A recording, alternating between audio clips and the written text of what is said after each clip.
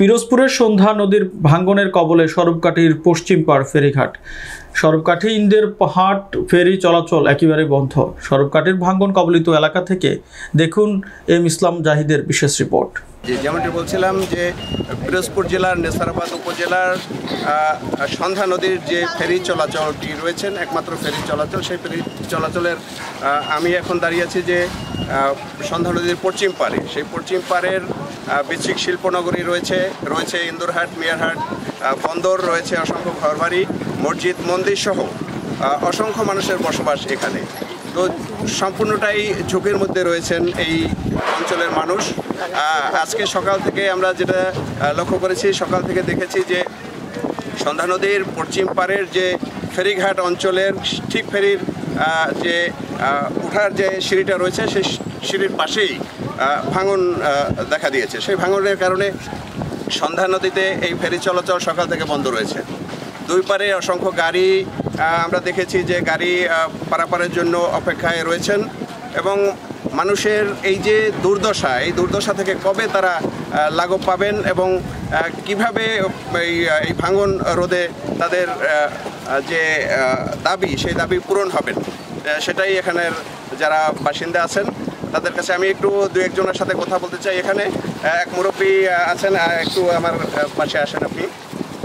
এখানেরই এই ফেরিঘাট সংলগ্ন ওনার বাসা, উনি এখানেই বসবাস করেন। তো কি অবস্থা আপনাদের এই মুহূর্তে? আমি একজন প্রবীণ।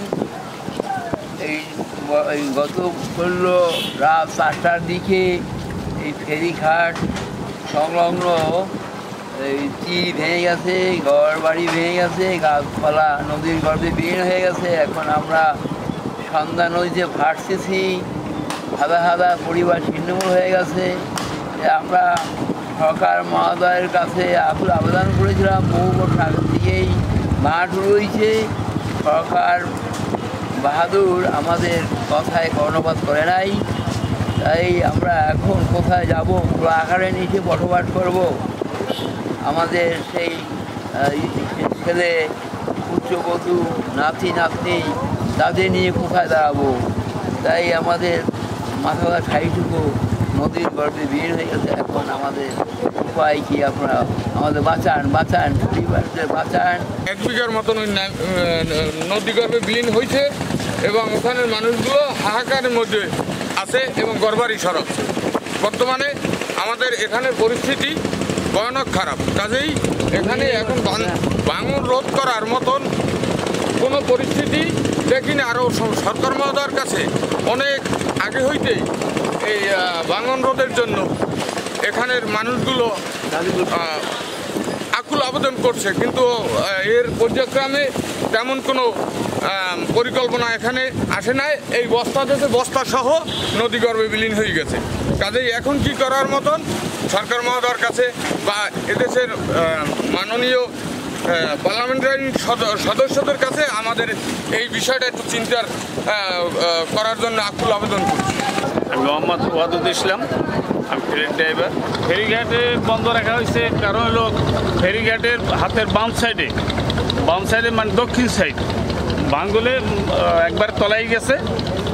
যে কোনো সময় ঝুঁকিপূর্ণ, যে কোনো সময় আপনার ঘাট হয়তো ডাইবে যাইতে পারে। এই কারণে আমরা ফেরি বন্ধ রাখছি।